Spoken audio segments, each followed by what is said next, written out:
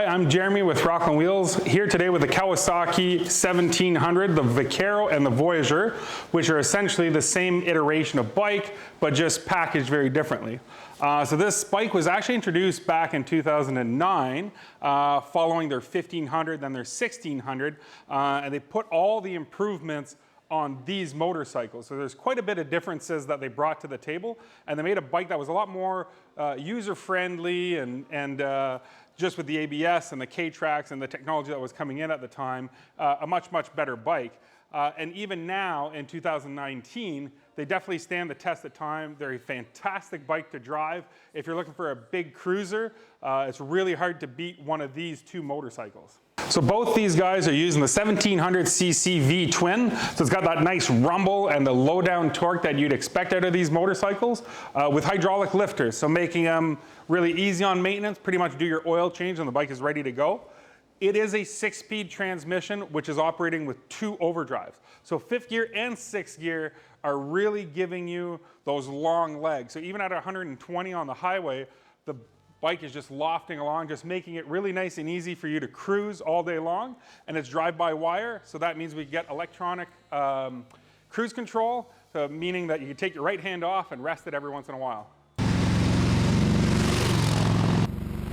So technology that was added was the K-Tracks and ABS. So this bike has a smart traction control that's gonna make it grab traction much, much easier, and the ABS as well, meaning you're not gonna be able to lock up that front or rear brake, and even brake force distribution. So if you're grabbing a handful of front brake, it'll balance out your front and your back so you could brake nice and even. Both of these cruisers feature a fixed fairing, meaning that when you're turning those wheels, that fairing stays put with the bike.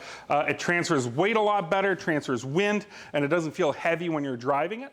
And then there'll be a few subtle differences, mainly on the lower part of the fairing. So on the Vaquero, we have a nice sporty streamline fairing, versus if we look at the Voyager, this is more functionality where we'll get a lot more coverage and we'll actually even be able to open and close that. So for the late season rider, you're gonna see a few differences. We also have extra lights standard on the Voyager.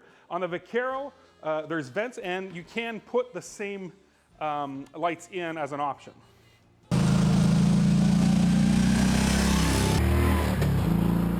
So both of these bikes will have different windshields that are interchangeable though. So this one comes with a nice short windshield, the other one comes with a more standard touring windshield. And the gauges, although the same, they're backlit differently and the actual numerations are a little different. So on this one, they went a little bit more for a muscle car look and it's backlit in red, versus on the Voyager, they actually mimic this off of a 1950s Ford gauges, and they're actually gonna be backlit in blue. So a little bit more classical, a little bit more muscle. Biggest difference on these two motorcycles, and it's very easy to see, is storage compartment. So on the Vaquero, they opted for a side mount bag, and they put in a filler piece here. So we have this nice streamlined look, and it's got a real bagger kind of bike. Versus on the Voyager, again going more for functionality, so we're gonna have a top mount saddlebag, and we even have a top bag. So this one will lend itself a little bit better for 2 passengers and for long touring. So we have that space in both of the motorcycles. And nice big gas tanks on both bikes. They're the same. We have our hand controls here, so we'll be able to control our radio, which are standard, and we can opt to put an iPod integration. So you're able to play your music on there. Everything just nice and easy at a touch of a button. So to maintain your ride on both of these motorcycles, the rear shocks are air assist. So it's not an automatic system on the bike. Under here you have 2 valves on the Vaquero, and on the Voyager they're just on the sides of the seat. And you could add extra air in those shocks if you're gonna be loaded up or a little bit more, if you're 2 passengers riding along, to maintain the nice cushy ride that both of these bikes provide. On the Voyager as well, they even have, at the back of the engine, they have a fan that pulls the air and pushes it under the bike, just to make it run a little bit cooler and a little bit more comfortable for when you're riding. And having driven both these motorcycles myself, I could tell you for the size of the bike, they were able to keep the weight of the motorcycle very low. So in terms of tight turns and parking lots and everything, it's a fun bike to drive, it's easy, and in terms of highway driving, there's no vibrations. So I couldn't legally tell you what speed I tested it to, but no worries, this bike is very, very well built, and it's not gonna shake itself out of your hands. And the big difference is the Japanese reliability that they bring to the table makes that this bike lasts. I've seen it, the bike has been out for 10 years and it lasts the test of time. So if you're gonna take a bike and you want to cross the country and everything with it, this is a fantastic option that's not going to shake your arms apart when you're driving. It's not going to shake your wallet down every year for maintenance, and it just makes it really, really, really nice. And we could go with the flat out style of the Vaquero, or we could go for the more classic Voyager and have more of a two-up rider position.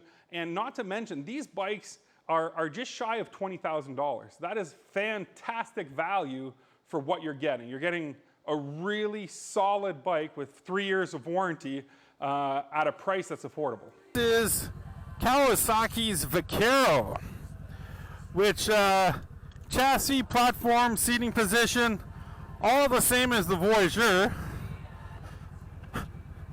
just a little bit more style. And right away, the one thing you notice on these cruiser style bikes is just the comfort is supreme. It's like sitting in your lazy boy in your living room. I could sit on one of these bikes and watch a movie any day.